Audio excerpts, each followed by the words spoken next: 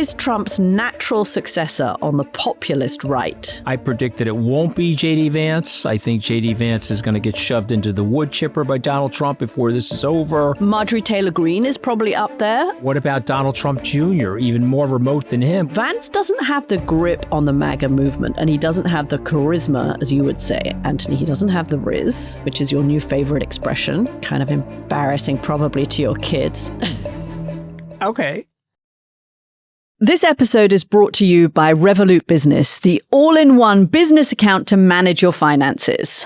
You know, global business once meant slow business, bureaucratic work, payments lost in transit and transfers, and took days instead of seconds. Revolut Business makes that a relic of the past. Send and receive payments in over 30 currencies to more than 150 destinations during market hours within plan allowance, all at the same interbank rates that banks use without any of the middlemen or the guesswork. So whether you're paying a team in Dublin or an invoice in Sydney, your money moves fast and lands clean. With automatic orders and price alerts, your money keeps perfect timing, moving when the rate's right. Exchange like an expert. Open a Revolut business account today by scanning the QR code on screen or using this link in this episode's description. Add money by the 31st of December 2025 to get a £200 welcome bonus or the equivalent in your local currency. Feature availability varies by plan. Offer available for new business customers in the UK, US, Australia, and Ireland. Fees and terms and conditions apply.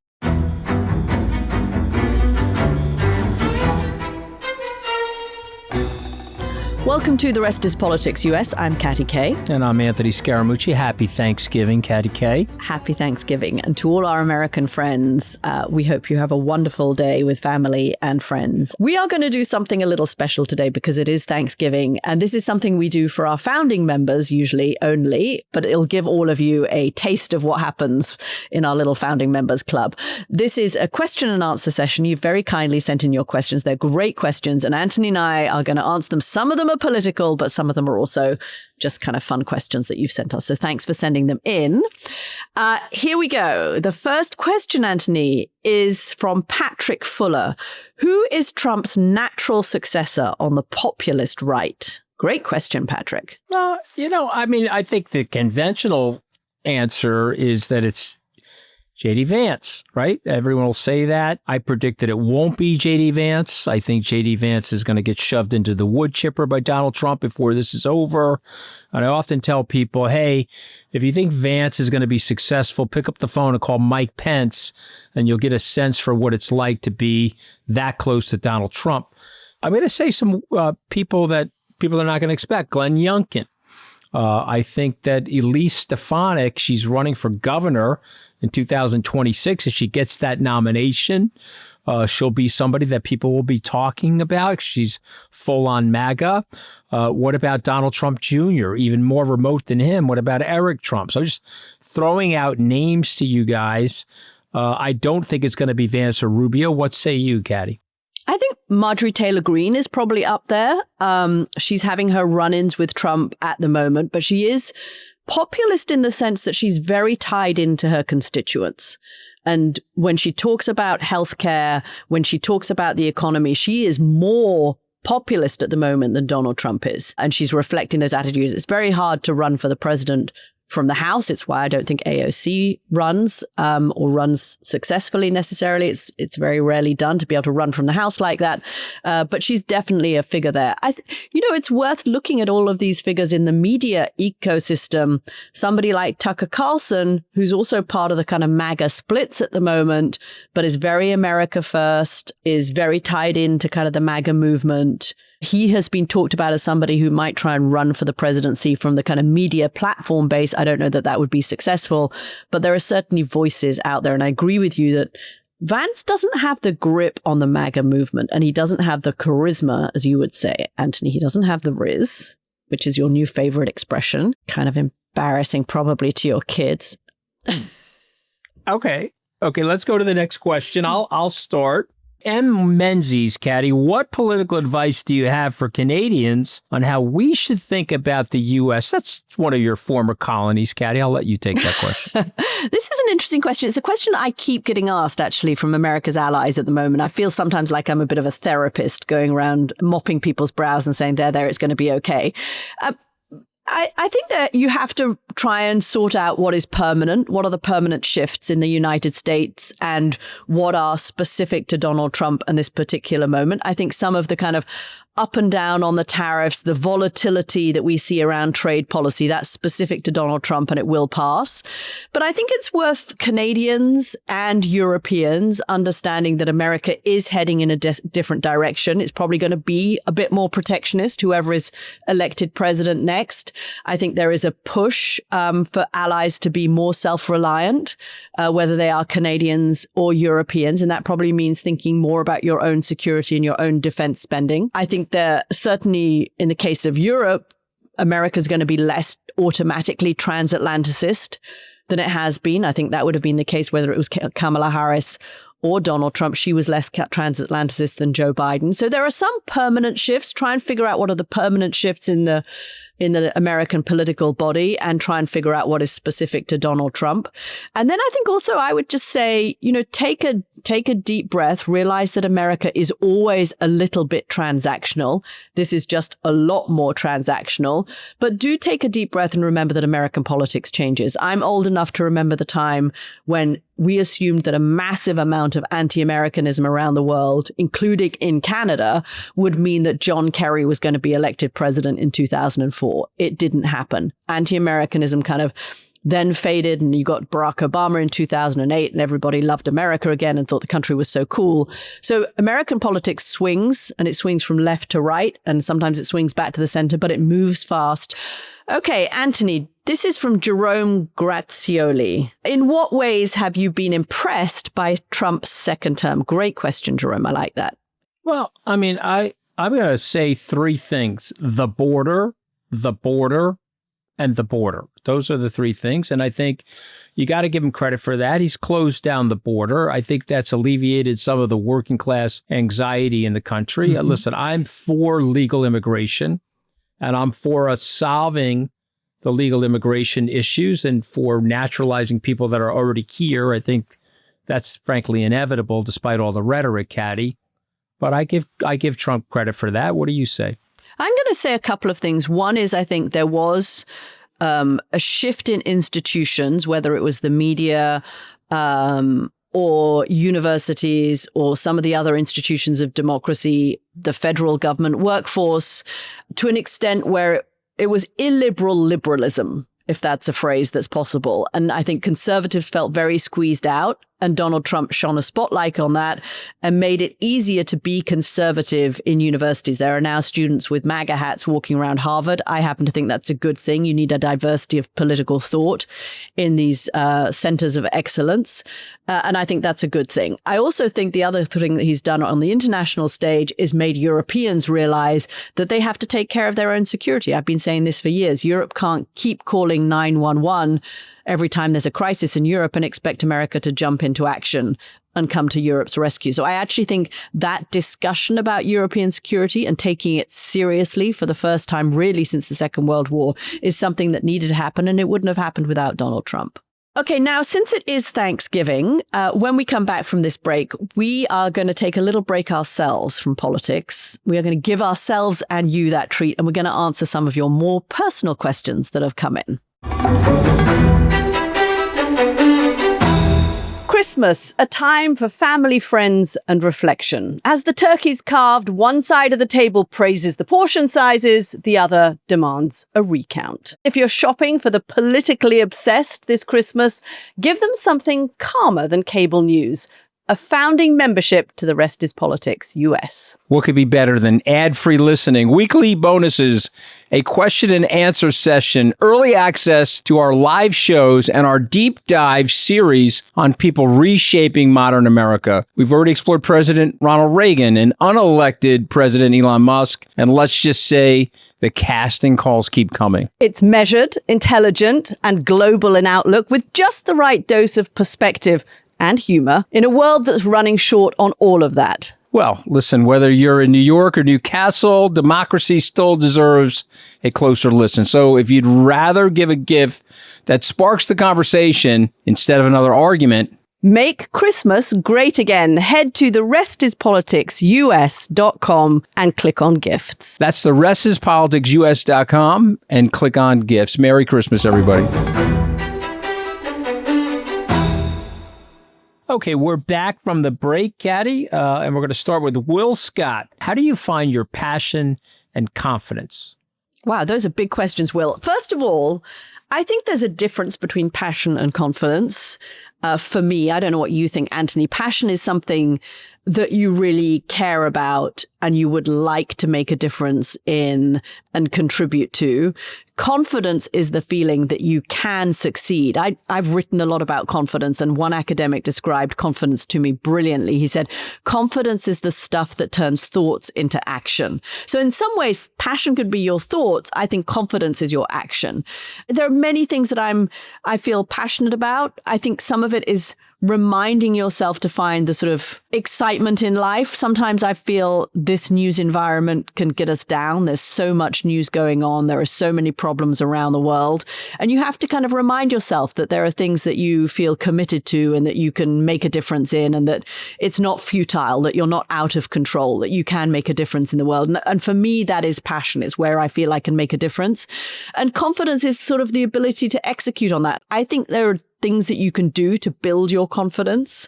When I wrote the confidence code, we looked into this a lot. And some of that is taking action. When you take action, you realize you can have an impact. You realize you can make a difference, and you realize you can succeed. And the other way to build your confidence is to overcome hurdles. There is nothing for building your confidence like the odd failure and realizing that you're still standing at the end of it, which is the advice I've always given, particularly to women, where there can be a confidence gap between men and women. But a lot of it is realizing that you're human. People fail at things, but when you do fail, overcoming hurdles is actually a very good way to build your confidence. How do you build your confidence and passion? I don't think you lack from confidence, Anthony. I'm going to say you are not somebody who needs to read the confidence code. My mother, Katty, come on. That's so nice. Yeah, come on, I'm an Italian. I mean, come on, the doting Italian mother. This is probably the reason why you never dated any Italians. Probably horrified by the mother-son relationship by these Italians. But anyway, my mother told me I was 6'4", which I'm still coming to grips with the fact that I'm coming to grips with the fact that I'm not. Listen, I think confidence actually. In a day of Thanksgiving, I owe my mom and my grandmother. My Nana once said, and you should really listen to this, Will Scott, what other people think of you is none of your business. And trust me, when you're getting your ass fired from the White House, never is that sentiment more important. And so drown out the noise. And then, as Katty says, focus on your passion. I tell my kids, do something you really love. Mel Brooks once said, relax. None of us are getting out of here alive, Katty. And so I would rather have people in my family focus on things that they love doing as opposed to things that I want them to be doing. And so. Yeah, I think that's so important. I mean, it's like, Oscar Wilde said as well, be yourself, everyone else is taken. Amen. Amen. So Jack is out here saying, how do I begin learning about crypto? Well, that is definitely a question for you. So I would say, Jack, first place to go is ChatGPT, by the way. It's very free. You say, hey, I need a course on crypto. ChatGPT will print out a summary for you. You could read some great books. I mean, I'm not going to promote my own book here, though I've written a book on Bitcoin. I would say the Bitcoin Standard by Safieddine Ammous, Ammous. He's a Lebanese economist. I think that's probably the most brilliant book that I've read in terms of getting into the full understanding of what Bitcoin is and then the elements of the blockchain. But start reading, Jack. Remember something. Our life experiences are not enough for us to deal with the world. We have to read, and we have to read about other people's lives, and we have to read about other people's thoughts and experiences on planet Earth to bolster our own. So start reading, Jack. I'm actually going to promote your book. You sent it to me and I found it super accessible. It was written in a way that I could understand it. I'm not sure I got all of the technology behind the blockchain because I need to do more reading on that. But the little book of Bitcoin is a great place to start by Anthony Scaramucci. All right, so we are being promotional, so I'm holding up the book here for the YouTube people. It's beautiful Hermes orange, a.k.a. Bitcoin orange. Not the orange Donald Trump, I might point out, but this is a more lustrous orange. And it is a little book. It's a quick read. You can read it in a day, in a morning. Wanted to make it something that people could understand, but also, Jack, just so you know, I was a Bitcoin skeptic for about 10 years before I made my first Bitcoin investment. So I do discuss that in the book. So, Katty, I'm going to take this one if you don't mind, because I think it's for you. Emily Cartwright is asking, Katty, how did you get into journalism? I actually left. I was recently speaking at my college at Oxford University, and I was being asked the same question. It got me back to thinking that when I was in university, the last thing I wanted to do was be a journalist. All of my friends were either going into finance, which probably would have been the wise path, make some money when you're young, or they were going into media. And I thought, I'm not going to do either of those things. I'm going to do something different. I'm going to go into international development. That's what I wanted to do. And I left Oxford and I went with my little degree in French and Italian, and I went to the Bank of England. And I worked there for a year. I think they disliked me as much as I disliked them. And then I went out and lived in Zimbabwe, and I was working for an aid agency out there. And a friend of mine came out to visit who was a journalist. And he said to me, this is crazy. There's so many great stories and you're interested in those stories. Why don't you become a reporter? And he brought out with him a little tape recorder, and he literally said, this is the record button. And that's how I started, just by talking to people. And I think what makes you a journalist is being curious. I'm always think people's stories are fascinating. I'm always interested in how policy and events affects people's lives, and that I haven't lost. My mum used to say I was a little bit nosy. I like to think that it's just curiosity, but that's how I got into it. It wasn't a conventional path, and then I just stuck with it. Somehow carried on telling those stories for the last 30 years. Before we go to the next question, Katty, I learned something about you last week when you and I did a photo shoot together for Goal Hanger. Oh, my God. That you were once a model, Katty K, living in Paris. So regale your fan base. Why do I ever tell you anything? Why? Well, because Why I have a big mouth. Because things? I'm a broadcast journalist as opposed to a journalist. There was a period. You're right. I was living in Paris. My dad was a diplomat. We were living in Paris, and actually, my little brother, who was super cute and had lots of blonde curls, was spotted by somebody from a modeling agency. And one day, I went to pick him up from one of his shoots, and somebody from the agency said, "Hold on a second, you should be doing this too." And so I started modeling. I did it for about 3 or 4 years in France and Italy. And actually, it earned me enough money to put down a deposit for a flat in London. I paid for my boyfriend at the time for a year of his medical tuition. Was the boyfriend French? Inquiring minds want to know. The boyfriend was English. I'd met him at Oxford. All right, we're just checking. Yeah, there we go. And so I traveled a lot with it. I actually kind of enjoyed it. I traveled all around Italy and I traveled around France. I went around Africa a little bit on shoots.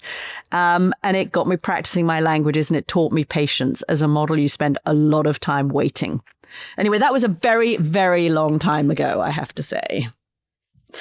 Okay, so Reese Quarrel is asking, I just had ACL surgery. Can I get some book recommendations to keep me busy while I'm stuck at home? Okay, I'm going to give the drum roll here, and I'm going to give you 5 books that I am simultaneously reading right now. And some of these books will be on Open Book because I'm going to be interviewing these authors. So here are the 5 books that I'm reading right now. I'm reading Q by Craig Brown, which is a biography of Queen Elizabeth, which is just a fascinating take on her because it talks lots about her travels and her interaction with her amazing public. I'm reading The Persian. I'm almost done with this. This is by David McCloskey. This is a fellow podcaster here at Goal Hanger. The rest is classified. Of course, you can check out me and David and Gordon arguing about the Kennedy assassination if you like that sort of stuff.